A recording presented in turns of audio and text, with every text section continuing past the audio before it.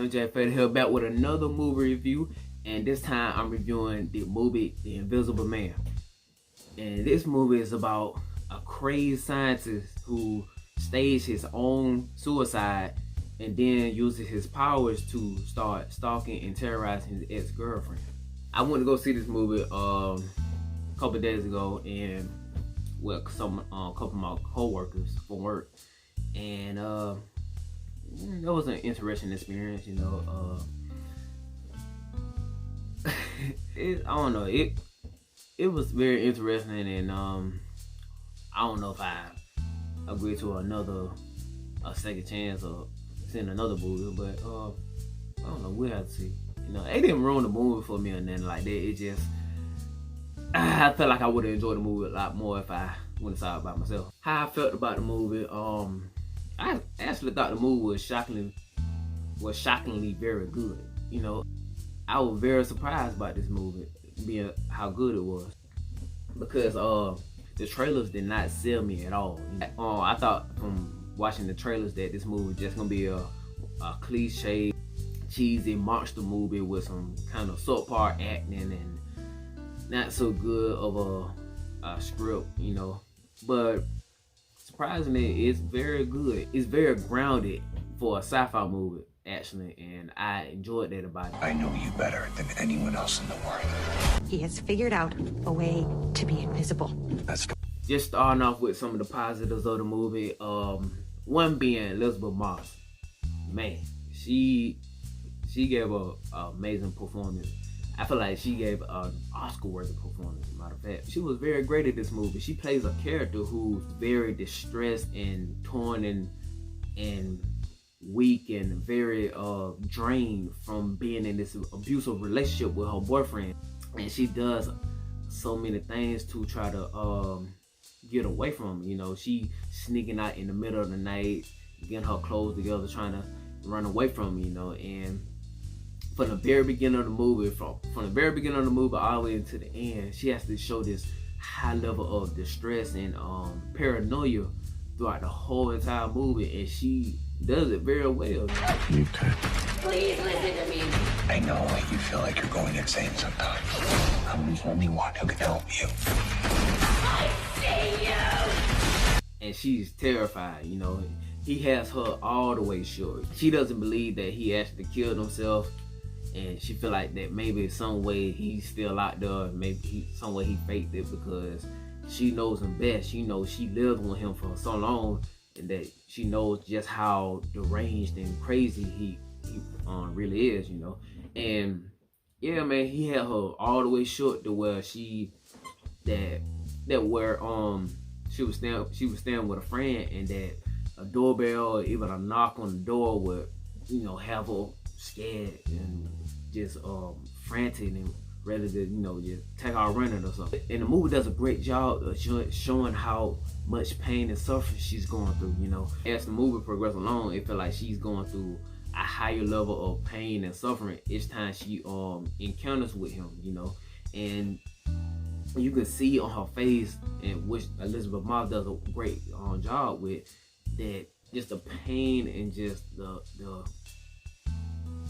sorrow of just trying to do everything in your will to convince your loved ones, the police, anybody that would listen, that this man is still alive and well and is wreaking havoc on me. Another thing I loved about the movie was the plot of the movie. The idea of crazy boyfriend stalking his ex-girlfriend because she left him for some kind of reason, and then he started stalking her and terrorizing her and making her life miserable, and then she trying to get away from him and trying to convince people that he's doing all this stuff to her. And they also threw in the idea of the Invisible Man in there too, to make it even better, you know. And it gave me kind of like a Lifetime story type movie vibe. They made the movie more of a more than just a mystery or a sci-fi movie, you know what I'm saying? It gave it more of a suspense and thriller type, you know. I also like the idea of how they made the Invisible Man invisible. You know, back in the Kevin Bacon's version of the Invisible Man, in the movie Hollow Man, the scientists made some kind of serum where they made if somebody took the serum, it'll make their flesh, bones, organs, guts, all that invisible to where you can't see them. And growing up, I thought it was pretty cool because I think that was like the first thing I ever seen that came close to the Invisible Man. You know, looking back at it now that I'm older, I don't think I really care for that idea, man. You know, just because the fact that you have to be butt naked in order for it to work. You know, in the movie Hollow Man, you had to be stripped down butt naked. You couldn't wear no drawers or in the underwear and nothing like that because if you did, they'll see you. You know, I didn't like the fact that, like, you know, in the movie Hollow Man, Kevin Bacon's running around butt ass naked, and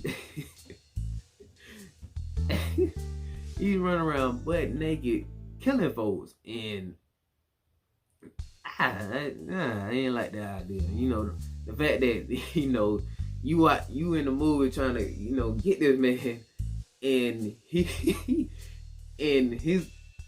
run up behind you and try to, you know, stab and kill you, and then his thing all on your back, and then you trying to fight him off, and then you trying to get the thing up off you too. I don't like that version of the Invisible Man. The way they did it in here is much more grounded and more realistic in how it could possibly happen. You know, I think the movie could have been paced a little bit better. You know, I feel like it started off real good, and then it got to where he was terrorizing her and she was trying to convince everybody, and then it kind of drugged just a little bit, and it kind of felt like it was kind of getting a little bit repetitive. But the third and the fourth act picked up a whole lot, and then it was just real great after that. The person trying to kill you is in the room right now, but we can't see him. Adrian is stalking me. But yeah, man, the movie wasn't perfect though. It had a couple of negatives in it, and one of the big ones, seeing that this movie was so grounded in how they portrayed the Invisible Man, it just seems like he was able to do things that were just not really realistic. He was just kind of too souped up. I feel like something he just shouldn't have been able to do if he was actually just a regular human being, you know. And the character who played the Invisible Man, he didn't really come off as somebody that was just, you know, really cock-these or strong, you know. And it's just, I don't know, it didn't sit right with me. Another thing that didn't really sit right with me was their surveillance cameras in this movie a lot, and it just seems like a lot of stuff that happened in the movie should have been caught on surveillance, and people could have went and looked at it and were like, something strange about this. You know what I'm saying? Instead of just going with the fact that maybe this woman is just flat out crazy, and seeing that this man was such a great scientist, and you know what I'm saying, and he had all this money because he was such a genius. Maybe he found a way to somehow make himself invisible after he killed himself, or maybe he didn't kill himself. He, you know, maybe, I don't know. Another negative is Elizabeth Moss character. Even though I knew she was going through a lot in the movie, and she was very distressed and just flat out on a nervous breakdown, I just feel like she could have done things in the movie that could have helped stop her killer ex-boyfriend, like way in the beginning of the movie. You know, the script got her doing things that didn't really make sense. You know what I'm saying? That could have, if she would have done something else, you know, we really wouldn't have no movie, because she could have just ended it real quick if she would have just did this. But you know, also a little small negative. I think the acting was okay. I think everybody besides Elizabeth Moss was just kind of just kind of dry, you know, and I didn't think everybody else did too well, but you know, it didn't really affect me that much, but it was very noticeable to me. You know, I feel like everybody started off kind of dry and low, but once everything started popping off and got serious, you know, I feel like everybody else picked up, you know. So yeah, man, that's about it. I feel like the movie was very good, man. It was a bit surprise for me. I do recommend people going to see it and checking it out. I ain't saying it's gonna be real great or anything like that. I'm just saying it's a nice, good little movie, man. Just check out one, you know, whatever. Show yourself! Come on! Do it!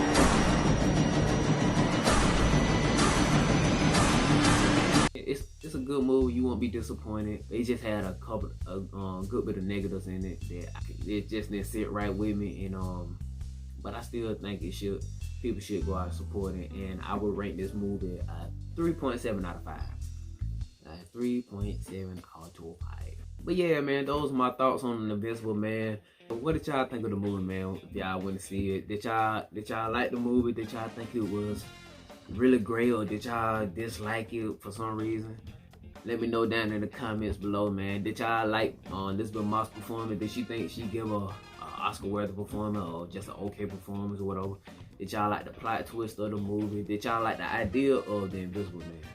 You know, or did you like the idea of how they did in that Hollow Man? You know, I don't know. Whatever. What did y'all like? Or did you like both, maybe? You know, let me know down below, man. And also, check out all my social medias, bro. All my Twitter at FadeAway15, my Instagram at FadeAway15, Facebook MJ Hester, aspiring actor.